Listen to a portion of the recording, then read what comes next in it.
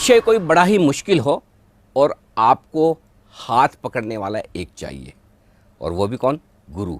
जी हाँ, ज्ञान देने वाले तो बहुत मिल जाएंगे, लेकिन ज्ञान उनसे लें जिन्हें अनुभव भी है, और ज्ञान और अनुभव का संगम हो तो फिर उस गुरुकुल में आपको जाना भी चाहिए। और ख़ास तौर से तब जबकि बात कमाई और पैसे की हो, तो आपके लिए चाहिए एक ऐसा फाइनेंशियल गुरु जो बाज़ार को समझता हो, इन्वेस्टमेंट्स को समझता हो, और आपको आसान भाषा में समझा सके कि आपको क्या करना है और क्या नहीं। जी हाँ, इक्विटी गुरुकुल हमने इसीलिए शुरू किए कि वो इन्वेस्टर्स जो बाज़ार में आना चाहते हैं या आ चुके हैं लेकिन बाज़ार को पूरी तरह से समझते नहीं हैं, इन्वेस्टमेंट्स को पूरी तरह से समझते नहीं हैं, तो उन्हें किस तरह से अपने इन्वेस्टमेंट्स करने चाहिए, क्या नहीं करना चाहिए, क्या करना चाहिए। ये है इक्विटी गुरुकुल की खास पेशकश जो जी बिजनेस बीएसई के इन्वेस्टर प्रोटेक्शन फंड के साथ आपके लिए लेकर आ रहा है। और इस कड़ी में आज सबसे पहले हमारे मार्केट गुरु हमारे साथ कार्यक्रम में शामिल हो रहे हैं, जिनके परिचय की आपको ज़रूरत नहीं है, आप सब उन्हें अच्छे से जानते हैं और पहचानते हैं। जी हाँ, कोटक म्यूचुअल फंड के एमडी और सीईओ नीलेश शाह, जो 30 सालों से ज़्यादा का अनुभव स्टॉक मार्केट का रखते हैं, और वो चार्टर्ड अकाउंटेंट तो हैं ही, लेकिन एक गोल्ड मेडलिस्ट चार्टर्ड अकाउंटेंट हैं। और न सिर्फ इक्विटी बल्कि डेट, न सिर्फ मार्केट बल्कि इकोनॉमी, न सिर्फ घरेलू बाजार बल्कि अंतर्राष्ट्रीय बाजारों की भी बेहद गहरी पकड़ रखते हैं। तो नीलेश भाई, सबसे पहले तो इक्विटी गुरुकुल में आपका बहुत बहुत स्वागत है। शुक्रिया। और पहला एपिसोड है इक्विटी गुरुकुल का, और मुझे खुशी इस बात की है आप जैसे गुरु के साथ हम शुरुआत कर रहे हैं। यदि आप लोग बाजार में ट्रेडिंग या निवेश करते हैं और अभी भी ब्रोकरेज के नाम पर अपनी हजारों रुपए बर्बाद कर रहे हैं, तो अब बदलिए और देश के सबसे अच्छे, बड़े और सबसे भरोसेमंद ब्रोकर जिरोधा के साथ जुड़िए, जहां पर आपका ब्रोकरेज कुछ भी नहीं लगेगा। ब्रोकरेज लगेगा तो सिर्फ इंट्राडे ट्रेड में, वह भी सिर्फ 20 रुपये। और दोस्तों, साथ ही आपको बता दूं कि यहाँ पर अकाउंट ओपन कराने के लिए आपको अपना POA यानी कि पावर ऑफ अटॉर्नी देने की कोई आवश्यकता नहीं है, जिसका उपयोग करके हाल ही में देश के एक बड़े ब्रोकर ने 2000 करोड़ का घोटाला किया। तो दोस्तों, अकाउंट ओपनिंग की लिंक डिस्क्रिप्शन में है, जाइए और लिंक पर क्लिक करके जिरोधा में अपना अकाउंट ओपन कर। अनिल भाई, सबसे बड़ा गुरु मार्केट है। बिल्कुल। कभी भी ये अहंकार नहीं होना चाहिए कि मुझे सब कुछ आ गया है। ये 30 सालों ने एक ही चीज़ सिखाई है कि मार्केट से हमें हर रोज़ कुछ सीखना है। मार्केट के स्टूडेंट बने रहो, आपका भला होगा। मार्केट में गुरु बनने की कोशिश मत करिए। बिल्कुल, market is supreme, market is God, market is गुरु। लेकिन हाँ, फिर भी हम ये समझते हैं कि हम में से जो कुछ थोड़ा बेहतर जानते हैं, चाहे वो नॉलेज हो चाहे एक्सपीरियंस हो, तो आज आपके 30 सालों के नॉलेज और एक्सपीरियंस को अगले 30 मिनटों में मैं कुछ ग्रहण करने की कोशिश करता हूँ। तो शुरुआत नीलेश भाई यहीं से करते हैं कि आपने जब मार्केट में इन्वेस्टमेंट्स की शुरुआत की या कामकाज करने की शुरुआत की, तो शुरुआत में सबसे पहले क्या ऐसी गलतियां की जो एक शुरुआती इन्वेस्टर को नहीं करनी चाहिए? मैं वहां से शुरू करता हूं। बाकी निवेशक की तरह मेरा भी पहला अनुभव काफ़ी ख़राब रहा। मैंने करीब करीब जहाँ पे भी निवेश किया 100% राइट ऑफ कर दिया। 100% लॉस किया।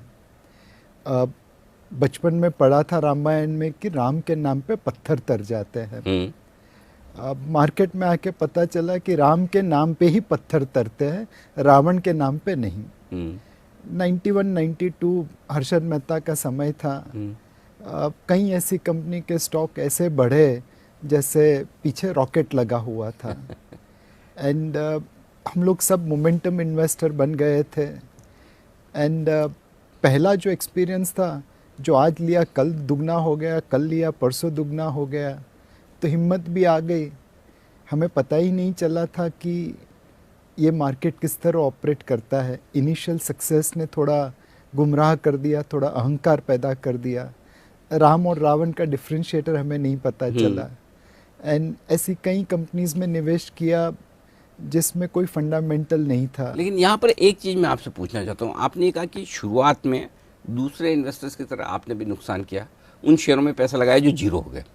तो आमतौर पर हमारे जो दर्शक हैं, जो छोटे इन्वेस्टर्स हैं, वो इसी तरह के शेयर खरीदते हैं जो सस्ते होते हैं, कम दाम के होते हैं, फिर वो सोचते हैं कि यही डबल होगा, ज़ीरो हो जाता है, फिर मार्केट छोड़ देते हैं। तो आपने ऐसा क्या सोचा कि ज़ीरो करने के बाद भी आप मार्केट में बने रहे? एक मेरी तकदीर अच्छी थी कि मुझे नौकरी फाइनेंशियल सर्विसेज क्षेत्र में मिली। दूसरा, मैं एक ऐसी कंपनी में काम करता था जिसका जॉइंट वेंचर जेपी मॉर्गन के साथ था, आईसीआईसीआई सिक्योरिटीज़ करके। तीसरे, मेरे आसपास जो मेरे कलीग थे, मित्र थे, मेरे सुपीरियर थे, वो सब बहुत ही ज्ञानी लोग थे, रियली जिसे मैं आज भी गुरु कह सकता हूँ। तो कुछ इस तरह की कंडीशंस बन गई कि थोड़ा ग्लोबल ज्ञान मिला जॉइंट वेंचर की वजह से, थोड़ा अपने कलीग से सीखा और थोड़ा खुद के एक्सपीरियंस से सीखा, और इसी मार्केट में टिका रहा, मैं भागा नहीं। अच्छा, तो पहला एक्सपीरियंस आपका ये हुआ जब पैसा बनने लगा, तो ये समझने मुझे सब आता है, ये गलतफहमी हुई? ये गलतफहमी हुई और इसीलिए मतलब, एंड इनफैक्ट ऐसी गलतफहमी सिर्फ 91 में नहीं हुई, लाइफ में बहुत बार हुई और बहुत बार जोर से गिरा। इनफैक्ट बचपन में सुना था कि अहंकार तो राजा रावण का भी नहीं चला था जी। तो वो पर्सनली एक्सपीरियंस करके देखा है कि जिस दिन मुझे ये गुमान हो गया कि मैं मार्केट का गुरु हूँ, बहुत कम समय में ज़मीन पे आके जोर से गिरा। एंड उसी वजह से अब हमेशा ठान के रखा है कि मार्केट में स्टूडेंट ही रहने का, गुरु बनने की हिम्मत नहीं करने की। अपने अहंकार को, अपने ईगो को, अपनी ग्रीड को, अपनी लालच को काबू में रखना बहुत ज़रूरी है। इमोशंस, यस, किसी भी तरह का हो, एब्सोल्युटली। अगर आपके पास इमोशंस बहुत है तो मार्केट इमोशनलेस है। लेकिन यहाँ से जब आप आगे बढ़े और जब आप पहले झटके के बाद जो सीखे, क्या उसके बाद सब कुछ समझ में आ गया कि उसके बाद भी समय समय पर कुछ और झटके लगते रहे? नहीं, रोज नई चीज़ सीखने को मिलती है। 91 के निराशाजनक प्रदर्शन के बाद आगे बढ़े, दुनिया देखी, कुछ समझ आई।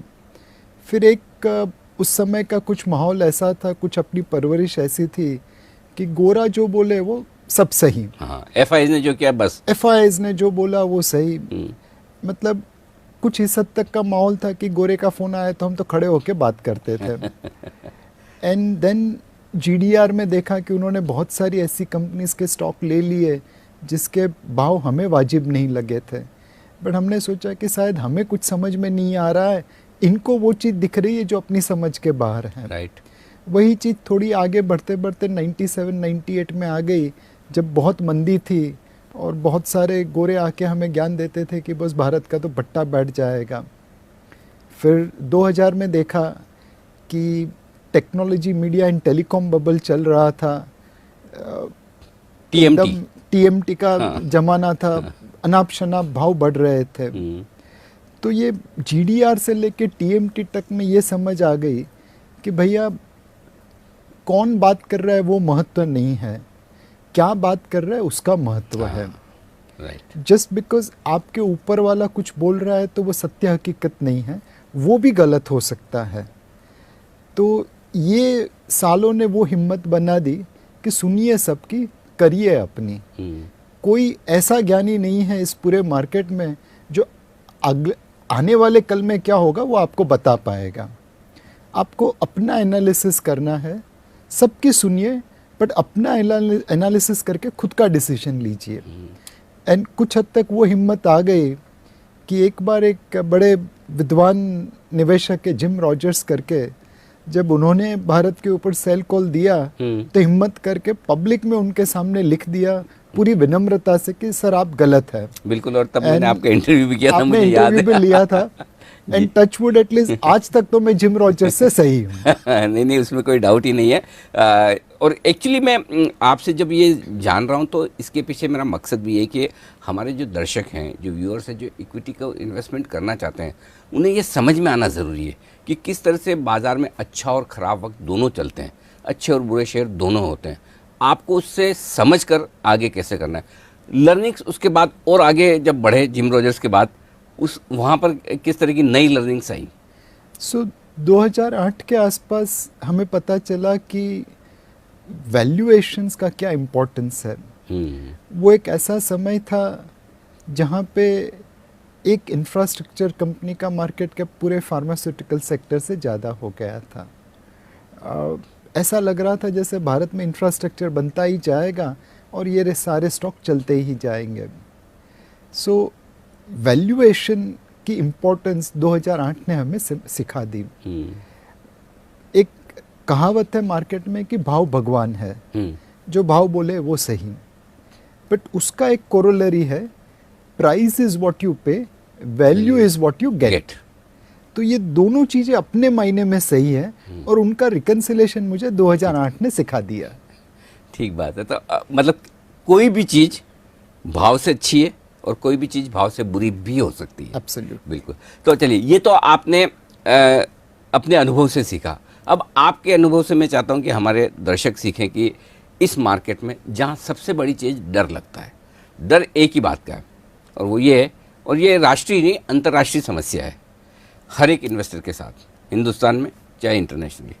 जैसे ही लेते हैं भाव गिर जाता है, जैसे ही बेचते हैं भाव बढ़ जाता है। इस समस्या से कैसे निपटारा करें?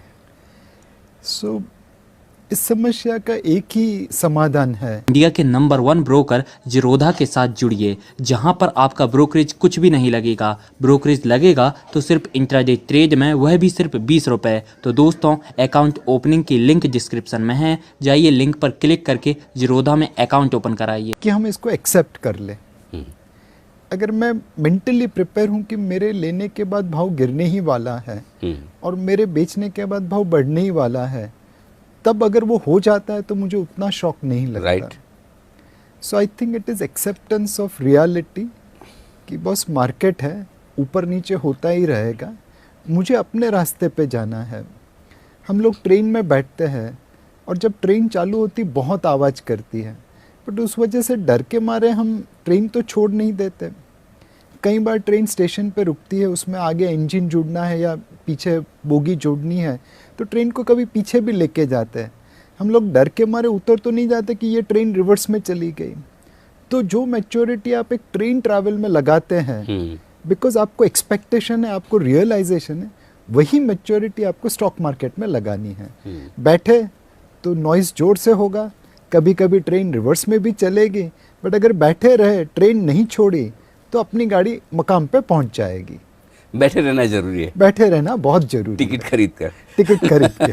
अच्छा दिलीप, लेकिन जो जनरली इन्वेस्टर्स को शुरुआत में डर लगता है और उस डर के चक्कर में वो सोचते हैं कि अगर मैंने 1000 रुपये वाला शेयर खरीदा, 2000 के भाव वाला खरीदा, 1500, ये तो बहुत महंगा है, इसमें बड़ा नुकसान हो सकता है। 1000 रुपये, 1500 रुपये, 5 रुपये वाला खरीदा, 10 रुपये वाला खरीदा, तो इसमें कितना है, 5 ही जाएगा, 10 ही जाएगा। तो ये जो मेंटेलिटी है आमतौर पर लोगों की, और यही वजह है कि रिटेल इन्वेस्टर्स वो कचरा वाले शेयर खरीदेंगे और फिर पूरा उनका पैसा चले जाता है। इसे कैसे दूर किया जाए? उसके ऊपर आऊँ उससे पहले ये टिकट वाली बात करना चाहूँगा। टिकट लेके बैठना बहुत जरूरी है। आप मेरा पोर्टफोलियो देख के अगर निवेश करने जाएंगे तो आप गलत हो जाएंगे, बिकॉज मेरे पोर्टफोलियो में वेटेज क्या है, मैं उसमें कितना हेज करके बैठा हूँ, कितना नॉन हेज रखा हूँ, कब मैं उसमें ट्रेडिंग पोजीशन लेके बैठा हूँ, कब इन्वेस्टमेंट लेके बैठा हूँ, आपको वो मालूम नहीं पड़ेगा। अगर आपको किसी बड़े अच्छे नामी इन्वेस्टर्स का पोर्टफोलियो मालूम है, उसके हिसाब से आप निवेश करने जाएंगे, तब भी आप गलत हो सकते हैं। तो बेहतर यह है कि आप टिकट लेके गाड़ी में बैठे, म्यूचुअल फंड में इन्वेस्ट करें फीस दे के, या पीएमएस में निवेश करें फीस दे के। सेकेंड चीज़ है कि हर किसी को लगता है कि 10 रुपये के शेयर में खोना कम है, 10,000 के शेयर में ज़्यादा है। बट अगेन इसमें रियलिटी एक्सपेक्ट करनी है कि अगर 10 रुपये में 10 रुपये जाता है तो भी 100% नुकसान है, और 10,000 में 1000 रुपये भी चला जाए तो सिर्फ 10% नुकसान है। राइट। ये एक चीज़ मतलब इन्हें समझनी चाहिए कि कभी कभी common sense is which is not easily available, which is not commonly available is the most important thing. And ये अमेरिका में एक बार देखा था कि एक नामी फंड मैनेजर ने अपने जो फंड मैनेजर्स थे, नामी सीआईओ ने उनको एक बच्चों के किंडरगार्टन स्कूल में लेके गया, बोला कि ये बच्चे लोग जो स्टॉक पिकअप करेंगे उसको आप आउट परफॉर्म करना। हाँ? तो फंड मैनेजर ने बस आपकी तरह कहा कि कोई अच्छी कंपटीशन लेकर आओ, या बच्चों के साथ क्या खिलवाड़ कर रहे हो। ये सीआईओ ने बोला कि no, I am very serious. अच्छा। और आप ये बच्चों के पोर्टफोलियो को आउट परफॉर्म करके बताओ। फंड मैनेजर्स ने अपने कंप्यूटर खोले, दिमाग यूज़ किया और एक पोर्टफोलियो बना दिया। बच्चे लोगों को तो कुछ ऐसा कंप्यूटर था नहीं, तो उन्होंने अपने हिसाब से पोर्टफोलियो बनाया। 1 साल के बाद बच्चों ने, किंडरगार्टन के बच्चों ने सारे फंड मैनेजर्स को आउट परफॉर्म कर दिया। वो कैसे? गलती कहाँ हुई?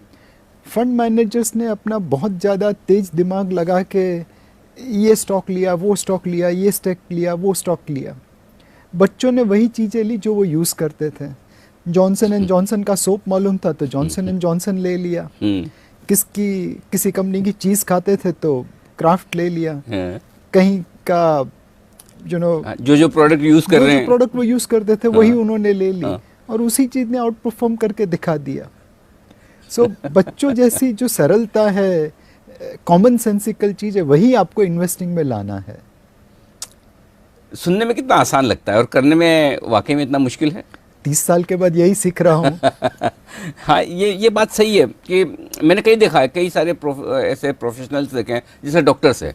मैं कई बार डॉक्टर से मिलता हूँ तो वो सारी अपनी दवा वाली कंपनियों में पैसा लगाते हैं, क्योंकि उन्हें पता है कि ये कंपनी जो आँख की दवा बेच रही 20 रुपये में, इसकी कॉस्ट तो 2 ही रुपये है, तो पैसा बड़ा कमा रही है। ये कॉमन सेंस से वो लगा लेते हैं। तो हम भी हमारे आसपास काफ़ी कॉमन सेंस से पैसा लगा सकते हैं, डेफिनेटली। लेकिन इसके अलावा जो बिगिनर्स हैं, स्टूडेंट्स हैं, जो समझिए अब पढ़ाई करके निकले हैं और अब अपना करियर शुरू कर रहे हैं, या फिर हाउसवाइफ्स हैं, गृहिणियाँ हैं, जो अब मार्केट की तरफ थोड़े आकर्षित हो रही हैं और वो भी चाहती कि हम पैसा लगाएं, इस तरह के लोगों को जिन्हें कुछ नहीं आता, उन्हें किस तरह से शुरुआत करनी चाहिए? सो आपको डिसाइड करना है आप अर्जुन है या आप एकलव्य हैं। अगर अर्जुन है तो बाकायदा गुरु द्रोण से ट्रेनिंग लीजिए और वो चिड़िया की आंख के ऊपर जो उसका निशाना था, तब सिर्फ चिड़िया की आंख ही दिखी, बाकी कुछ चीज़ नहीं दिखा। अगर आप एकलव्य हैं तो अपने किसी गुरु द्रोण की मूर्ति बना लीजिए और उतनी एकाग्रता से प्रैक्टिस करिए कि गुरु द्रोण के प्रत्यक्ष न होने के बावजूद भी आप सीख लें। सो ये जो रास्ता है वो कठिन रास्ता है, गुरु के साथ, गुरु के बगैर, बट उसमें आप एकाग्रता से काम करें तो आप एक अच्छे निवेशक बन सकते हैं। दूसरी चीज़ है कि भाई मेरे पास वो समय नहीं है, न मैं अर्जुन की तरह कॉलेज में गुरुकुल में एनरोल होके सीख के ये कर पाऊंगा, न मेरे पास एकलव्य जैसी एकाग्रता है या निष्ठा है। तो फिर आप एक प्रोफेशनल जो अर्जुन या एकलव्य बना है उसको आप आपका पैसा दे दीजिए और उसके कहने के हिसाब से निवेश करिए। Mutual funds, portfolio management services, ये सारे आपको एक सपोर्ट करते, एक आपको टूल्स देते जिस तरह से आप इन्वेस्ट कर सकते हैं। अगर ये सारी चीज़ें आपको अगर नहीं जमती है तो फिर मेरे हिसाब से आपको एक कृष्ण ढूंढ लेना चाहिए। दुर्योधन ने शकुनी को ढूंढा तो उसका धनोत्पनोत निकल गया। अर्जुन ने कृष्ण को अपना गुरु माना तो उनकी गाड़ी चल निकली।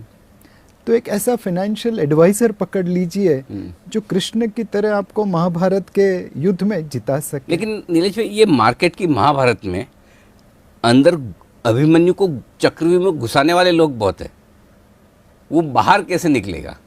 बाहर निकलने का भी तो रास्ता होना चाहिए। वो क्या खुद ही को पता करना है कि मुझे बाहर कैसे आना है, या फिर कृष्ण भगवान मिलते हैं?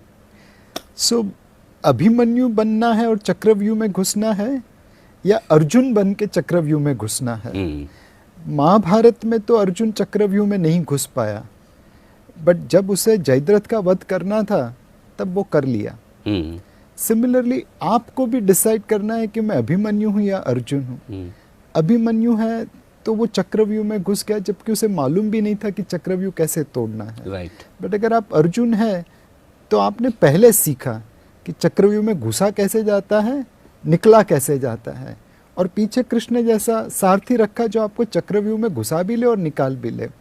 तो अपना जो रिस्क असेसमेंट है, अपनी जो स्ट्रेंथ एंड वीकनेस है, उसको आप पहले डिसाइड करिए। लोग मार्केट को देखते रहते हैं। मैं कहता हूँ कि स्टार्टिंग पॉइंट तो आपका इन्वेस्टमेंट ऑब्जेक्टिव है। अगर मैं 30 साल के लिए निवेश कर रहा हूँ तो आज मार्केट ऊपर जा रहा है, नीचे जा रहा है, महंगा है, चीप है, उससे कोई लेना देना नहीं है। मेरा तो निवेश 30 साल के लिए है। अगर मैं 3 दिन के लिए निवेश कर रहा हूँ तो फिर इक्विटी में निवेश करने का कोई सवाल ही पैदा नहीं होता, इवन दो रोज मार्केट बढ़ रहा है। तो स्टार्टिंग पॉइंट हमेशा अपनी स्ट्रेंथ, अपना इन्वेस्टमेंट ऑब्जेक्टिव रखिए, मार्केट को मत रखिए। आमतौर पर जो शुरुआत करने वाले इन्वेस्टर्स हैं उन्हें ये पता नहीं होता है कि वो ट्रेडर हैं या इन्वेस्टर हैं।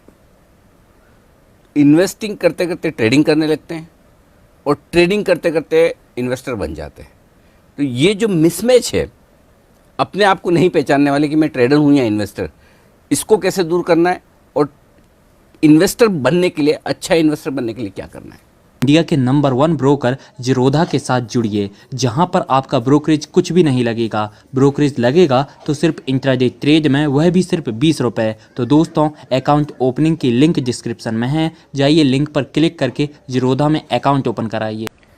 सो मेरे हिसाब से एक एवरेज कॉमन मैन के लिए trading is injurious to financial health.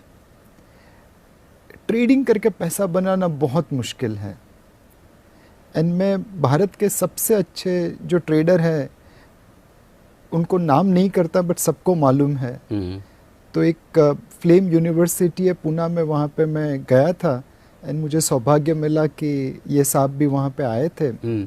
तो किसी बच्चे ने पूछ लिया कि सर आप बताइए ना ट्रेडिंग कैसे करते हैं, मुझे भी आपके जैसा सक्सेसफुल ट्रेडर बनना है। तो इन्होंने सीधा बताया कि देख मैंने अपने बच्चों को वो नहीं सिखा पाया हूँ, तेरे को कहाँ से सिखा पाऊंगा। सो ट्रेडिंग प्रोबेबली, हाँ, मतलब आपकी किस्मत वाली बात, तकदीर है। And I don't want to discredit traders, किसी मेहनत तो बहुत उनको करनी पड़ती है। इनफैक्ट इन्वेस्टर से बहुत ज़्यादा मेहनत करनी पड़ती है ट्रेडर को सक्सेसफुल बनने के लिए। मिनट टू मिनट टर्मिनल के सामने बैठे हैं, बहुत मेहनत करनी स्ट्रेस पड़ती भी बहुत है, ज़्यादा स्ट्रेस भी लेना पड़ता है। हाँ। बट मैं यही कहूँगा कि ट्रेडिंग तकदीर है, आपके नसीब में होगा तो लॉटरी भी लग जाएगी। हाँ। बट इन्वेस्टर बनना बहुत आसान है और इसमें 3 ही चीज़ चाहिए। एक, रेगुलर इन्वेस्टमेंट करें, राइट, थोड़ा थोड़ा पैसा हर बार लगाते रहें। दूसरा, लॉन्ग टर्म इन्वेस्टमेंट करें। ओके, प्लीज़ आप 3 महीना, 6 महीना, 3 साल ऐसा मत सोचिए। 5 साल, 10 साल, 15 साल, 25 साल सोचिए।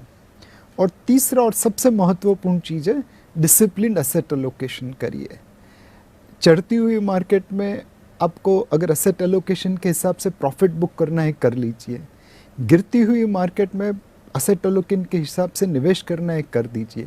ये 3 चीज़ आप करें, regular investment, long term investment and disciplined asset allocation, market में आप हमेशा पैसा बनाएंगे। लेकिन प्रॉब्लम क्या है, जितना पैसा गोल्ड और प्रॉपर्टी में डाला है उसके मुकाबले में स्टॉक्स में तो होता है कम, लेकिन टेंशन पूरी दुनिया भर की जो है ना, वो 2%, 3% पूरी वेल्थ का इक्विटी मार्केट में, लेकिन 98% टेंशन उस 2% की चलती है। तो ये जो आम धारणा है, भले हमने पैसा कम लगाया है लेकिन स्ट्रेस सबसे ज़्यादा इक्विटी का है, इसको कैसे दूर करना है? अगेन आपको रियलाइजेशन करना है, मैं रियल एस्टेट में अच्छा निवेशक क्यों बनना। बिकॉज आज फ्लैट लेके कल बेचने की कोशिश नहीं की, राइट। तो मैं इक्विटी मार्केट में अच्छा निवेशक आज लेके कल बेच के कैसा बन पाऊंगा। रियल एस्टेट में पैसा कब बना, मैं जब प्रॉपर्टी ले रहा था तो मैंने डेवलपर के बारे में रिसर्च की, अपने लीगल कंसल्टेंट के थ्रू उसका टाइटल देखा, अपने ब्रोकर के थ्रू आसपास में 10 प्रॉपर्टी तलाश की, बाद में एक लिया। बेसिकली मैंने रिसर्च किया। अब मैं इक्विटी मार्केट में वैसे ही कूद जाऊं बिकॉज मेरे पान वाले ने मुझे बोला ये स्टॉक ले लो, तो कैसे चलेगा? आपकी खुद की रिसर्च कहाँ पे है? तीसरी चीज़ है, जब मैंने रियल एस्टेट में निवेश किया, मैंने लॉन्ग टर्म के लिए निवेश किया। मैं शायद घर लेके अपने बच्चों को देने की सोच रहा था, तो इक्विटी मार्केट में भी वही करना चाहिए। तो जो आप रियल एस्टेट में सक्सेस के लिए कर रहे हो, वही चीज़ इक्विटी में सक्सेस के लिए करिए, दोनों का परिणाम सेम होगा। बिल्कुल। तो मैं उम्मीद करता हूँ नीलेश भाई, आपका जो ये 30 सालों का अनुभव है, जो हमने 30 मिनट में समेटने की कोशिश की,